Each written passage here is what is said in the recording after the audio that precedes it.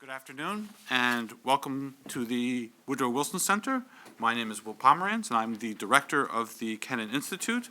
And I thank you for joining us today to discuss the results of Ukraine's anti-oligarch process so far, including its influence on the political regime and system. It is my pleasure to introduce our speaker, Mikhailo Minikov. He is our director of our Kennan Institute's, he is the senior advisor on Ukraine and editor-in-chief of Focus Ukraine, the Kennan Institute's Ukraine Focus blog. He's also editor-in-chief of the Ideology and Politics Journal. His latest book is Post-Soviet Man and his attempt at philosophical comprehension of the post-Soviet era, which has just been released in Ukrainian. So it is our pleasure to have Mikhailo here, and I think we're going to just get started with the program. So, Mikhailo, thank you. The floor is yours. Good afternoon. Thank you for coming. And well, today I will specifically talk about what's going on in terms of de-oligarchization in Ukraine under President Zelensky. However, some historical reminiscence will be in the place.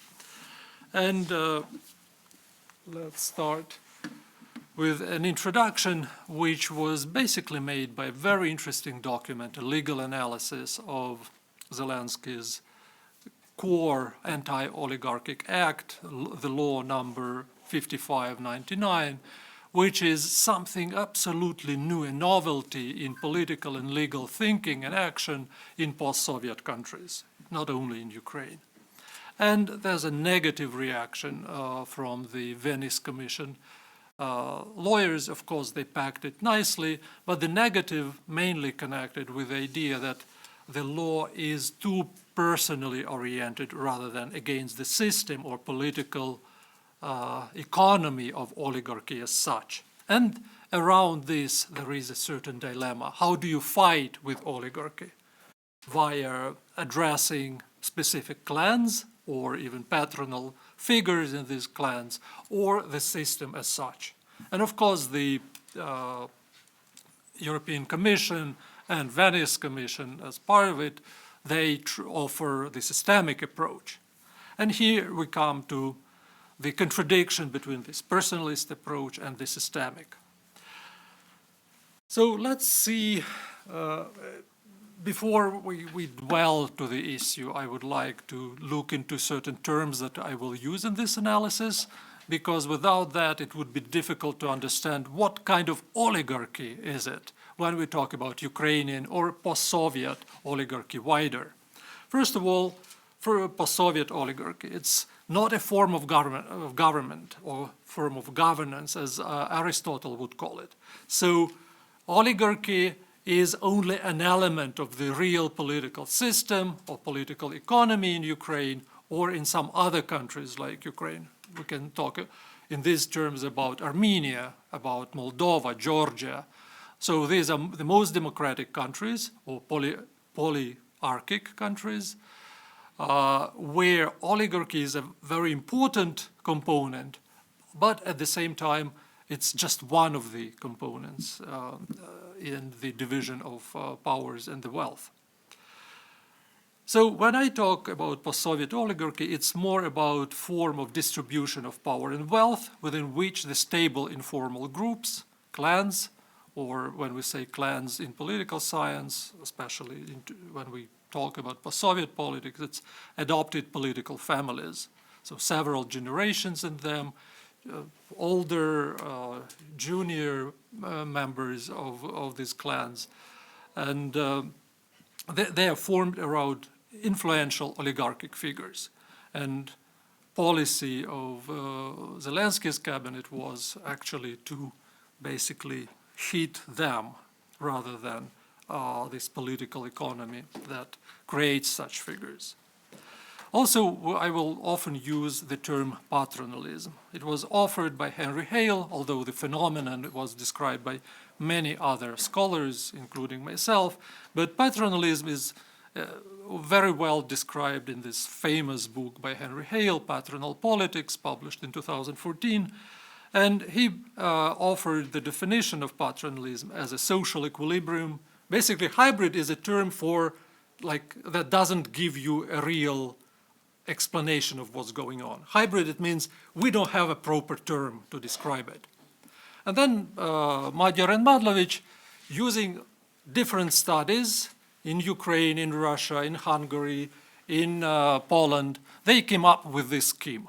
You basically have an advanced scheme that was once proposed by Robert Dahl, when how the hegemonic communist dictatorship develops after the dissolution. And you can have liberal democracy, or he calls it polyarchy, competitive oligarchy, or some inclusive hegemony. Well, Madlovich and Magyar were describing it recently, so after 30 years of post-communist transit.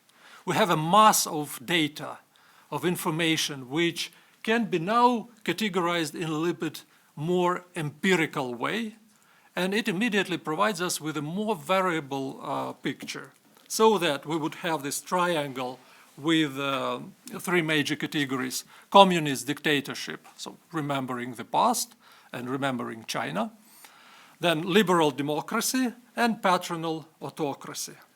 Here the patronal, we already remember this term. So in liberal democracy corner, we will definitely see Estonia. Also, this country goes through a difficult period, but liberal democracy out of all post-communist, post-Soviet countries is still there, the most functional. Then you have patronal autocracy, Kazakhstan, and you have communist dictatorship, now empty, but in the past we remember it, Soviet Union or pre-Deng Xiaoping China. And in between, three more forms. Between liberal democracy and patronal autocracy, we have patronal democracy. So we still have these patronal networks as a major way of doing politics and big business, but at the same time, it's democracy. It has competition inside, it produces spaces of freedom. And here you will see Romania, Moldova, Macedonia, Ukraine, Georgia. And then we also have conservative autocracy between liberal democracy and communist dictatorship. It's Poland for a certain period. Now there's a hope that the nature of regime will change. And there's a market exploiting dictatorship as a category to which Russia is closing and in which China is standing now. So that's the big picture of this. Also, we can look at these pyramids. Again, that's the scheme proposed by Henry Hale. And the upper scheme shows competing pyramids. When you have pyramids, but they fight, they compete, they support different political groups, different media, which ends up with diversity, ideological diversity, with pluralism of political centers, where rank-and-file citizens can also enjoy certain level of freedoms. And example of ideal type single pyramid, which shows that there's one major vertical of power that ideally, as in Putin's case, involves everyone in these structures, everyone knows his or her place, and it ends up with patronal autocracy. Well, when we look closer to how this was developing in Ukraine, I will repeat this statement that oligarchy was one of the elements of Ukrainian political system that influenced the quality of political regime. So oligarchy in Ukraine was a type of power and wealth distribution network that established and reproduced this hybrid situation, patronal democracy, in which the competitive oligarchy and inclusive polyarchy were like together. And even though oligarchy in Ukraine seems very fragile, it constantly moves from more freedom to autocratic attempts, and again and again. It actually survived 2 revolutions.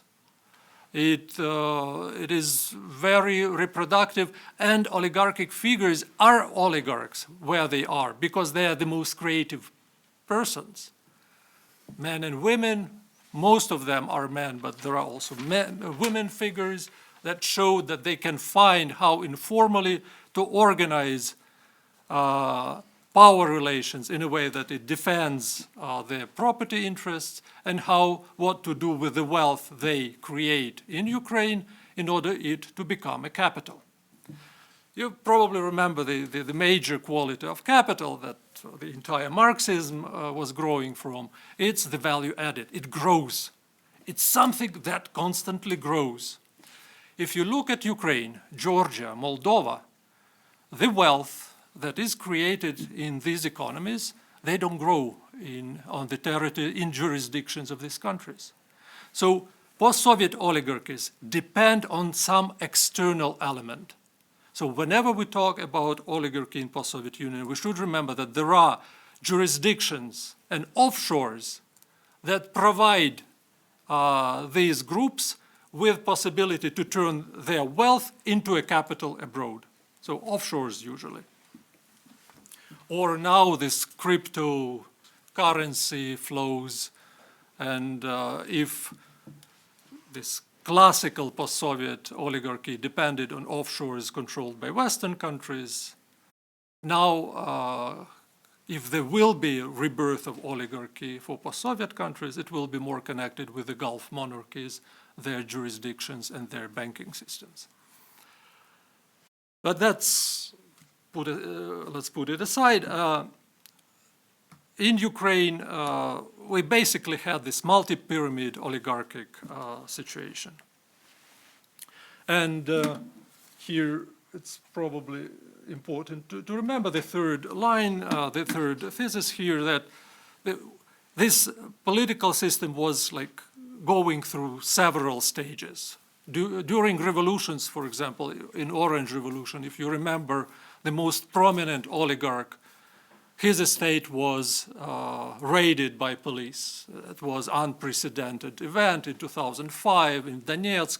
Akhmetov's estate, you have an attempt of search, and it was something unbelievable. And this person left Ukraine for some time abroad. But again, he returns soon, and because oligarchy actually learns from each color revolution.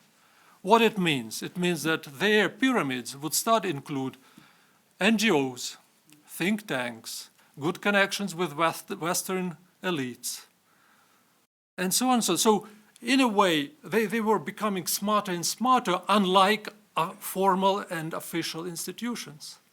And that was a learning curve differences between the clans and formal government.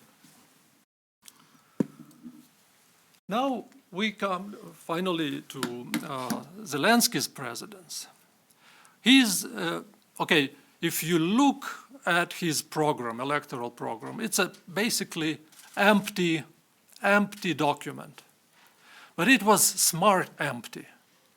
It was created in order to provoke hopes, intentions, the best wishes from electorate, so that different strata, poor from the Western Ukraine, from Eastern Ukraine, Orthodox, atheists, you name it, they would fill it in instead of him. So this program provoked interest, provoked buy-in, and due to this, over 70% of Ukrainian electorate comes and votes for Volodymyr Zelensky. But there still were several messages that were clearly defined by him. And one of them was the fight with oligarchy. Even though, especially in Western press, the many journalists writing, oh, Zelensky belongs to the Kolomoisky clan. Kolomoisky clan is actually one of oldest clans from Dnipropetrovsk. It should be called properly Privat Group, because Kolomoisky is one of several oligarchic groups at the core. But he definitely was one of the most creative figures who reinvented himself several times. He almost created his fiefdom, his kingdom after Euromaidan. For about a year, he standed a chance to be one of the most important figures. But what's important that when you study oligarchs like I do, and I do it not as political scholar, but more as anthropologist, cultural anthropologist, because they are personalist groups. You cannot apply formal categories to them. So you try to talk to these people who are inside. You kind of live certain time with them. You create trust. You observe from within. And then you understand that if someone had a business relations with like Mr. Kolomoisky, he or she would never want to deal with him again. And Mr. Zelensky also had very bitter experience at his corporation with Kolomoisky. So my argument against those hypothesis that he belonged to the clan, he actually never been a member of the clan. He did not belong to this political adopted family. Yes, he cooperated with business media of the clan. That's true, but it was negative experience more than positive. And today, Mr. Kolomoisky, who is imprisoned, a couple of days ago there was another meeting of the court and another punishment on him. So it proves rather my side than those who think that Zelensky was from the clan. But for Zelensky, when he enters the picture, he actually starts ruining the oligarchy that was recreated after Euromaidan under auspices of President Poroshenko. Poroshenko himself is an oligarchic figure. He is a patronal figure in certain informal group from Vinnytsia who managed to concentrate powers. And the competition between Zelensky and Poroshenko, they also have this dimension of competition of a populist against oligarch. And that was a very important part of the logic of what was happening in 2019.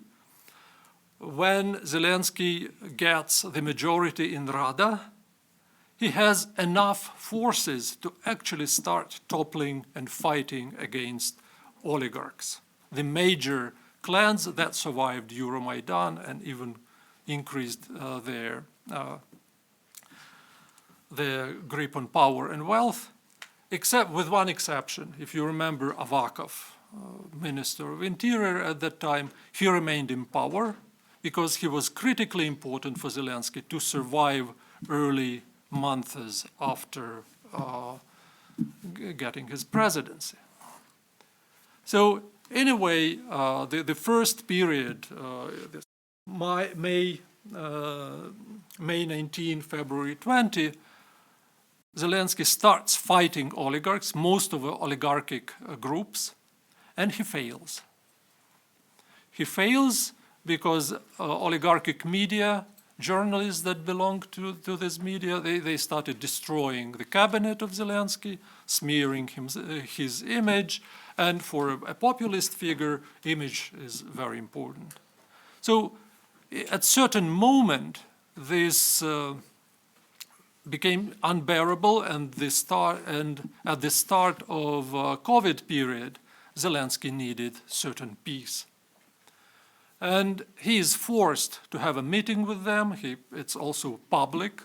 I know from several sources that it was on insistence of these oligarchic groups that it's a public meeting. They wanted to show to Ukrainian population that they remain in game. And there's this meeting, and sort of for about a year or 10 months, there is a peace between presidential team and the major oligarchic groups.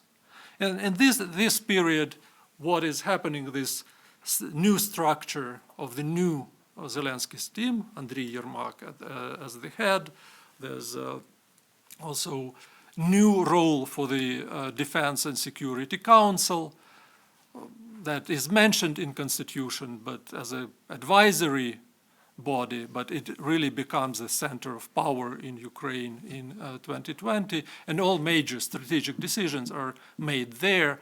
and cabinet and parliament are losing their real significance in political system. And then starting from November 2020 and up until this January 2022, this pre-war moment, Zelensky and this new team of President Zelensky, they start new wave of de-oligarchization. And these laws with this law with which I started my presentation was actually stemming from this attempt. And then there was a period of de-oligarchization in the times of war. Again, just a short deviation from the major line. In order to fight oligarchs, Ukrainian presidents tried to use several instruments. The first struggle, believe it or not, started with President Kuchma.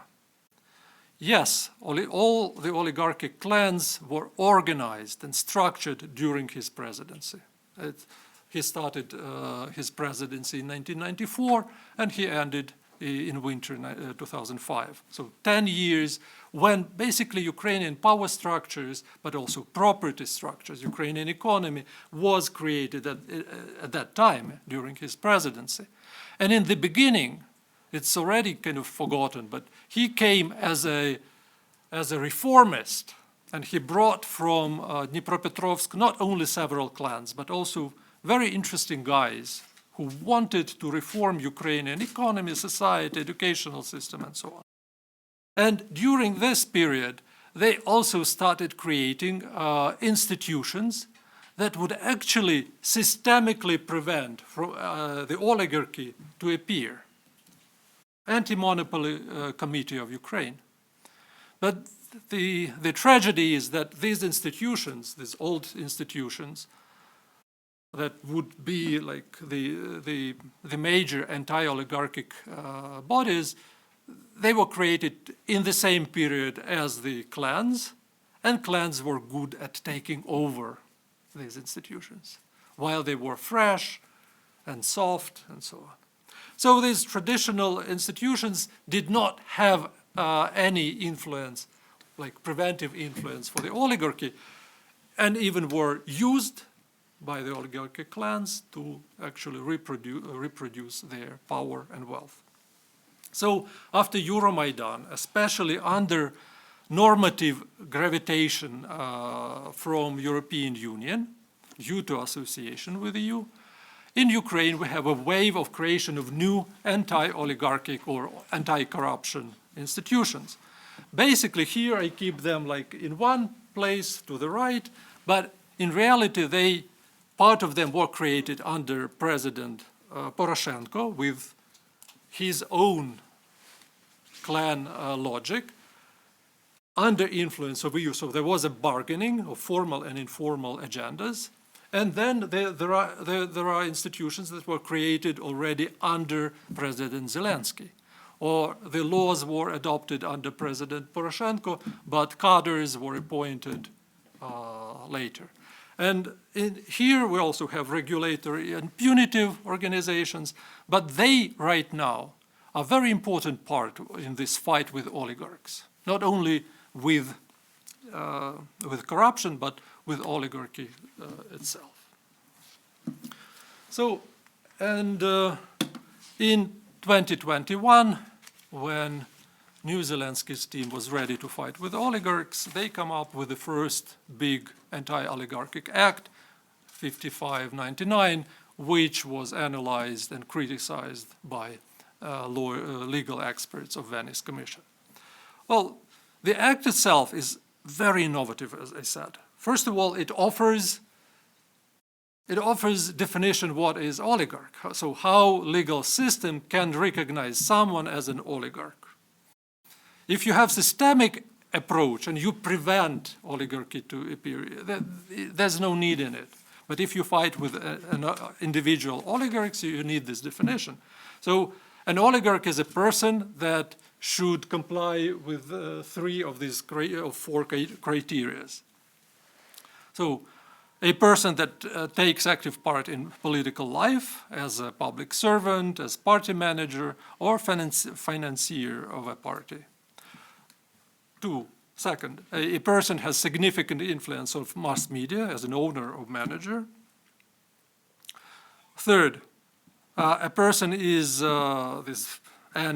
beneficiary of a company which is a natural monopoly or is dominant in the market. And the fourth criteria is a person owns total assets exceeding, well, million, again, in Ukrainian legal terms, 1 million of subsistence minimum, which is, at the moment of adoption of this law, it's $84 million.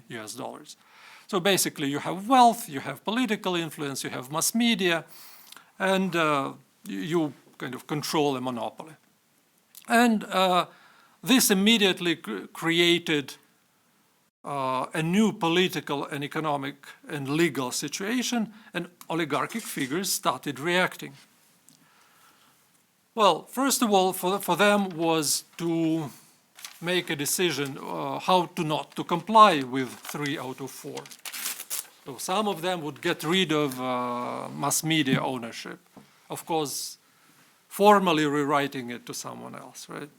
Or to step up as a member of parliament, so you don't have this formal criteria, you're not in power anymore. But the major issue for them was not to appear in the registry that should have been created by May 22. The registry itself is not yet created up until today. There's a software created, there's a legal system prepared, but it's constantly postponed by the Security Council so far. In support of this anti-oligarch act, there was a very interesting anti-oligarch tax act, which for several clans imposed bigger taxation. For example, Forbes Ukraine experts, they made analysis and they said that this law would cost to Rinat Akhmetov, for example, and all the corporations associated with him for about $1 billion. So you really see that it's not only formalities, registry, definitions, but also taxation that was changing. But even more interesting, in November-December 21, Ministry of Justice came up with a 20-step plan to combat the influence of oligarchs with bylaws and so on and so on. So you literally see that before the war, presidential team was ready to destroy existing oligarchic groups. However, during the war, we even see something more difficult situation when the war strikes, the Russian strikes on Ukraine would start destroying economic basis, industrial basis of the clans. Zelensky starts using personal sanctions provided by the martial law against certain oligarchic figures like Kolomoisky, like formerly junior members of the Privat group, like Korban, Rabinovich from a different group. But you literally see how Security Council addresses this issue despite the war. So basically, major attention is defense, security, but de-oligarchization continued. And in November 22, there was a partial nationalization of several big oligarchic corporations. So we can see how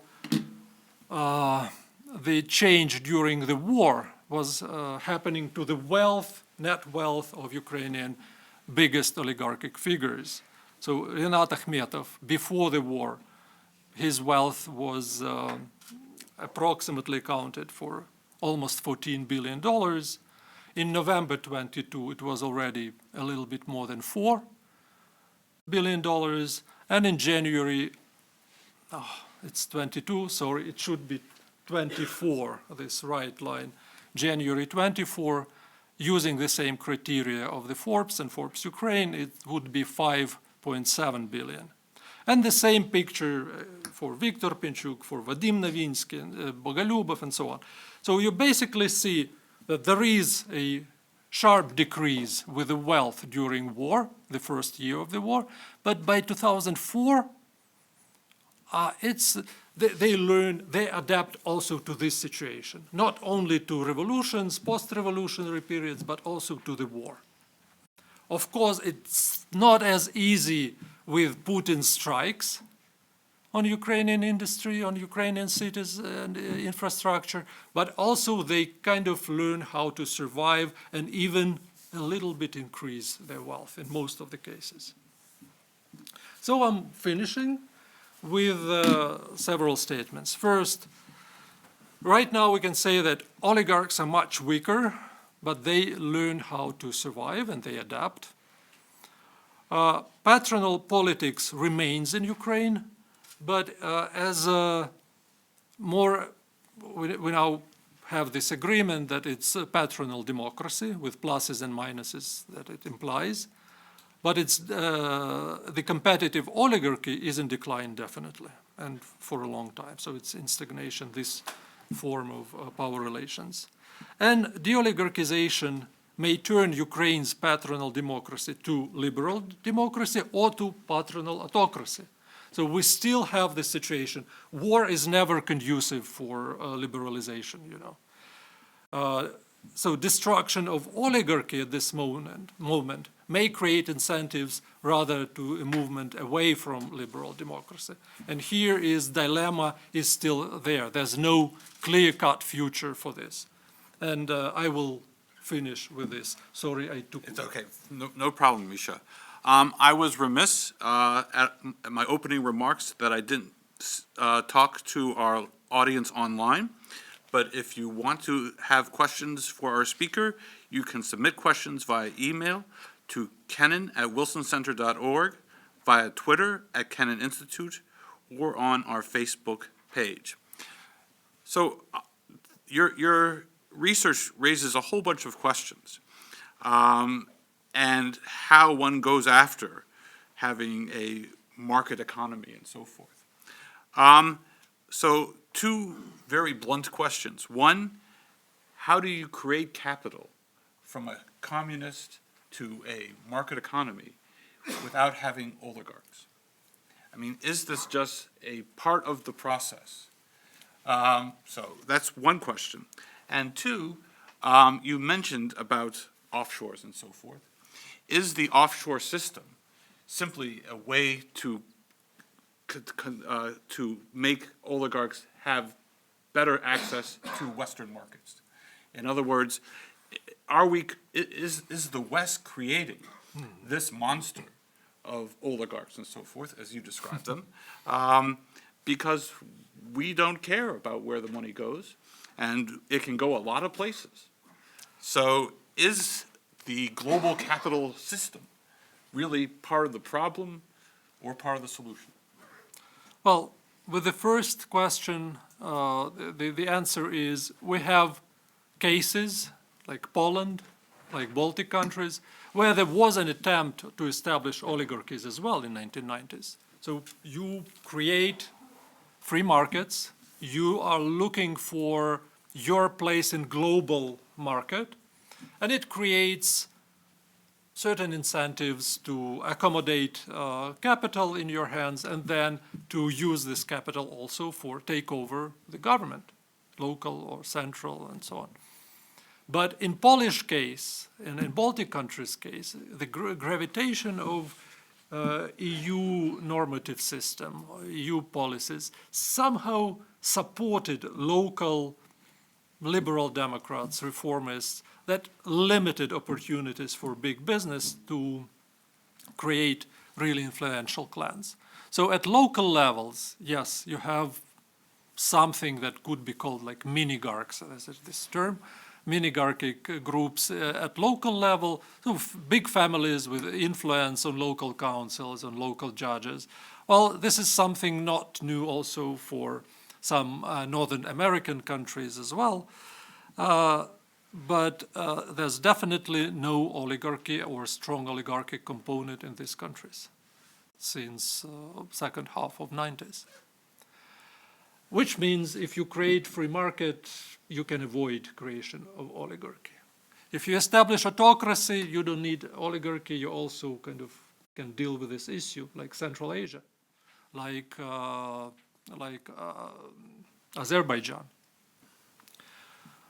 And in between, you have countries that repeatedly try to democratize, to preserve political liberties, which create, but not at the necessary institutional level, which creates this supportive environment for very strong oligarchic component. That's the thing. What concerns your second question, I would say that West is partially responsible, but only partial. For this tango, you need two.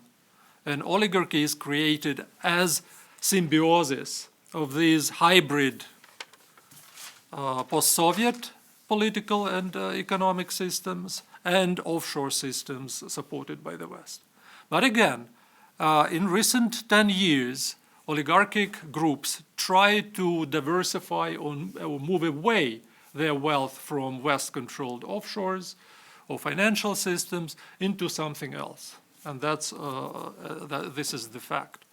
So I would say that now this tango turns into, I don't know, some much more complicated dance involving very different political and financial systems from around the globe. I think also China plays certain level. Some oligarchic groups tried to cooperate with China and diversify this Western influence, Southern influence with Chinese influence in Ukraine. The case of Motor Sich in Zaporizhzhia, in my native city, is one of the examples of this. So I will turn the questions to the audience in a moment, but I just want to talk about or find out more about how Zelensky was able to use law to go after oligarchs. Basically, there has always been a suspicion about the Ukrainian legal system, levels of corruption and so forth. So did he clean house in terms of going after oligarchs? Did he put his people in charge of the anti-monopoly bureaus and so forth? How was Zelensky so successful, at least, in going after oligarchs? Well, that's actually a miracle. I will probably return to this table. But even though Zelensky had this unprecedented situation with majority in Rada, in parliament, so basically all our presidents before Zelensky would compete with Rada and different parties for control over the cabinet. And there was it's inbuilt systematic competition in Ukrainian constitution. You are constantly in this combat. It's not necessarily a good thing, but it was the case. And suddenly with Zelensky and his majority in the Rada, you don't have this competition anymore. It immediately resulted with parliament having almost zero real power weight. It also creates government, the cabinet, a very weak player. But at the same time, despite all this, all these old committees, especially with preventive and punitive structures, they still kept some bits of oligarchic control. Not full, but there were departments in law enforcement agencies that were privatized by clans. So Zelensky really started using these new anti-corruption institutions for the benefit of his policy. Well, Zelensky and his team. And this is how it was happening. So basically, that's mainly these punitive organizations or the organization ARMA that has both. It's this law, I don't know. Oh, yeah. It's, you can see it here, this ARMA, Assets Recovery and Management Agency, that has both punitive and regulatory functionality. It actually was very strong tool, for example, against certain oligarchic groups.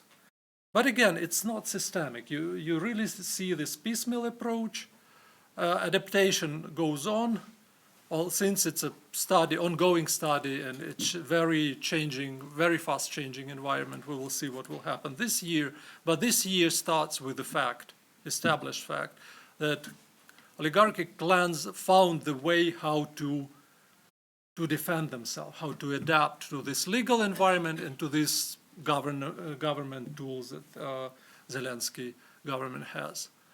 Although, at the same time, I should say, right now we see diversification of political life in Ukraine. There's a new wave of cleavages, competition in Ukraine, like rebirth of political struggle, and the role of oligarchic figures, oligarchic groups, is minimal. That's it. Very good. We're now open the floor for questions, and I have a question right here. Hello, Elena Davleganova, Center for European Policy Analysis. Thank you. Center for European Policy Analysis. Thank you very much for this wonderful presentation. I would like to know your opinion on two statements that I hear very frequently, both in Ukraine and here. The first one is that the major factor of de-oligarchization was the war, the loss of assets, and also the drop of the ties with Russia. And the second statement is that Kolomoisky is a trade-off in exchange for the continuation of the Western aid, because there were so many other oligarchs that we've seen in your presentation, and none of them is currently being held responsible for the deeds. Thank you. Short answers. Yes, very short answers. Well, definitely, what I see in this government, it will imprison only like what was happening with Khodorkovsky under Putin. So there's an exemplary punishment to show the others, okay, you can remain big businessmen, just don't get into politics. And this is the message that is well perceived and understood. I would predict that this year will be very temptative. Well, there's a growing temptation for oligarchs to return to politics, because you have a lot of new political groups, very poor, very hungry, and with big potential to get power in future, especially after the war. They build their capital in competition against Zelensky and on criticism of Zelensky. So that's the picture so far. And again, the fact is that in the first year of the war, indeed, strikes were destroying this oligarchic wealth, but not anymore. These figures show that probably something happened. They learned how to diversify or minimize risks and increase in most of the cases. For example, we can see here, sorry, Will, I know short answers, but you can see basically like Kolomoisky, he managed to stabilize his losses. He didn't grow. Or, I don't know, Pinchuk kind of increased. Akhmetov increased their wealth. We can argue that Forbes' approach to measurement can have mistakes. Absolutely, I agree. But the tendency is very well kind of kept. And also, since I continue my anthropological approach in studying clans, I talk to people from clans and I hear from them, yes, we learned how to survive. We kind of try to show respect to president.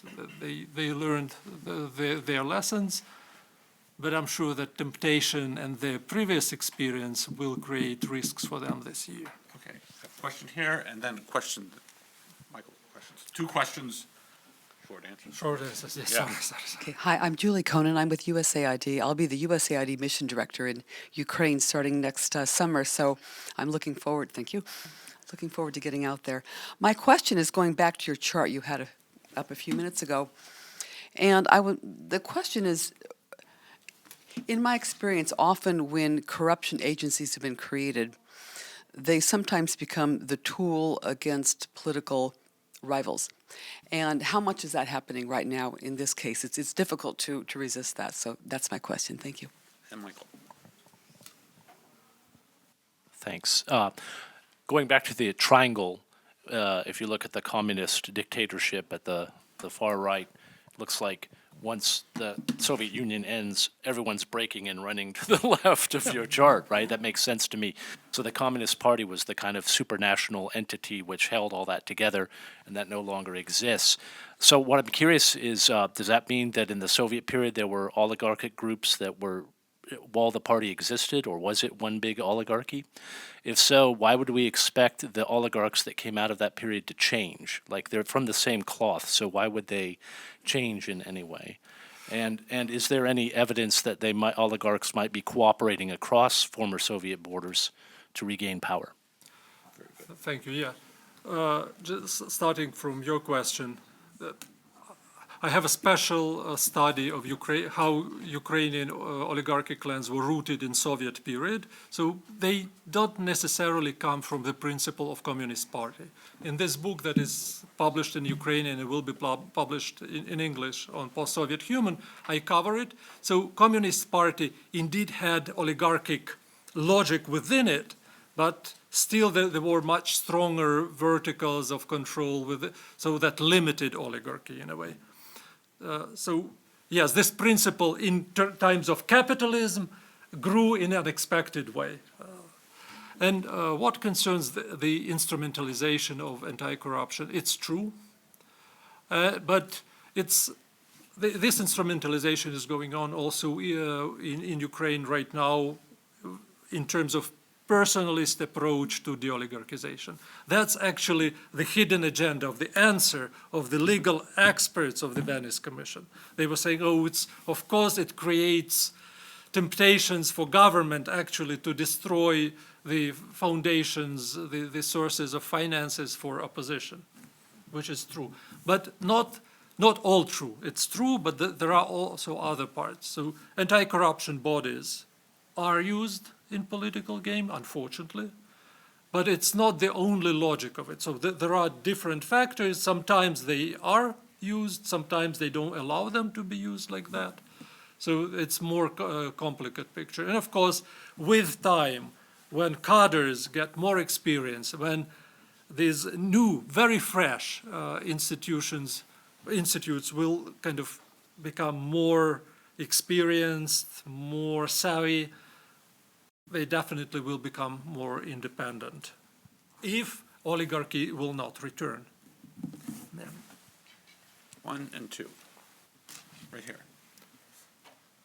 Thank you. My name is Katerina Darchenko. I, before full-scale invention, do campaign management in Ukraine. So I have a question about the next elections because it makes sense to discuss that. On every election, if you go and see focus groups, not in Kiev or Dnieper or Lviv, but in rural area, people like left idea and people like, like bribes to voters. For example, in my native Kherson region, which is southern Ukraine, people really poor and Russian influence and oligarch political parties always give bribes to voters to unfortunately to vote. So what do you expect from the next elections? And do you expect that oligarchs will come back because they still have a lot of resources? Usually every political party use from $50 till $100 million to every campaign. And they also very good in sociological work, so they see that now military people is popular. So do you expect that it will be fake political projects and oligarchy will come back? Mm-hmm. Second question in the back. Hi, Lou Krishak, the Polar Institute here at the Wilson Center. Quick question about the wartime media standardization policies. Should we look at them as part of the anti-oligarchic regime or just a happy accident that it gives the government some more control over these media assets? Well, for your question, I just do not have clear answer. I still try to understand, is it a happy accident or not? With time, we will know more. Right now, I receive very mixed data. It's too early for me to say something valuable right now, sorry. So basically, I failed to answer. And Katerina, well, you remember that in 2014, we were sure that Euromaidan and war will create the conditions when veterans and volunteers will never cooperate with oligarchs. It didn't happen. So this pattern may be repeated in future. I still hope that we will not have elections this year for different reasons. Elections this year during the war, especially this phase of the war, may create huge risks for political order, and it will undermine our resources and stability to fight on the front line. So in Ukraine, we know that our population is also this bribing voters at the local level. It's a practice that still there was, but Ukrainian population is very intolerant when the elections are non-true, are not recognized by society as fair and free, not by OSCE, but by society, and then this sensitivity leads to mass protests. And under current conditions, normal elections cannot be conducted, and it means provoking population for the uprising. So we have an online question from Rosie Combe, who is the governance advisor for the British Embassy in Kiev. And she asks, what risk will recovery and reconstruction pose to the process of anti-oligarchs and de-oligarchization? And what can Zelensky and international partners do to help manage them? Well, I think Western support, well, the biggest Western support still should be in terms of defense, increasing Ukrainian defense abilities. That's number one. But number two is to put more control on offshores, at least in that part that West can control. If role of oligarchs is really regarded negative by Western governments, by Western elites, then Zelensky team and governments of the West can cooperate on seizing, sanctioning, controlling those finances that have a dubious genetics or genesis, how should I call it? And again, I would rather, I am on the side of the experts of Venice Commission. We need rather preventive than punitive measures and systemic, not personalist. Let's create incentives for using these offshores, using big business for recovery of Ukraine, for example. That's a source for the future Ukrainian recovery. Thank you. So I have just one final question. And my question is, obviously, Ukraine has relied on a very mobile and a very flexible army. And that is part of the decentralization process that has occurred over decades. Yeah. So what is the role of these soldiers, basically, potentially, in changing Ukraine and changing the economic system in Ukraine? They will want a part of the economic pie as well because of their service. Is this kind of more mobile, more modern army a source of reform economically as well? Well, I'm not sure about economic, but the power relations of the future will depend on the new veteran generation. Very sensitivized towards social inequality, for example. So there's a protest energy very strong there with the veteran community, with the soldiers, especially those with experience on the front line. And you already can see how Zelensky administration tries to deal it, offering some land plots, future, providing the veterans and soldiers with some benefits in future. But in reality, everything will depend how this war will end and how satisfied will be veterans and soldiers. Army is definitely a key factor for the near future development of Ukraine. You can see that also general society values army and army-related structures, also army-related volunteer networks, as the major authoritative organizations. So this huge social capital that army and army-related organizations have will define Ukraine's future, definitely, politically, economically, and so on. Thank you very much, Misha. And for just an excellent presentation covering a whole lot of issues. I want to remind our audience that you can stay up to date with upcoming events and publications, as well as our podcast, Canon X and the Russia File. Thank you very much, Misha, and thank you all for coming.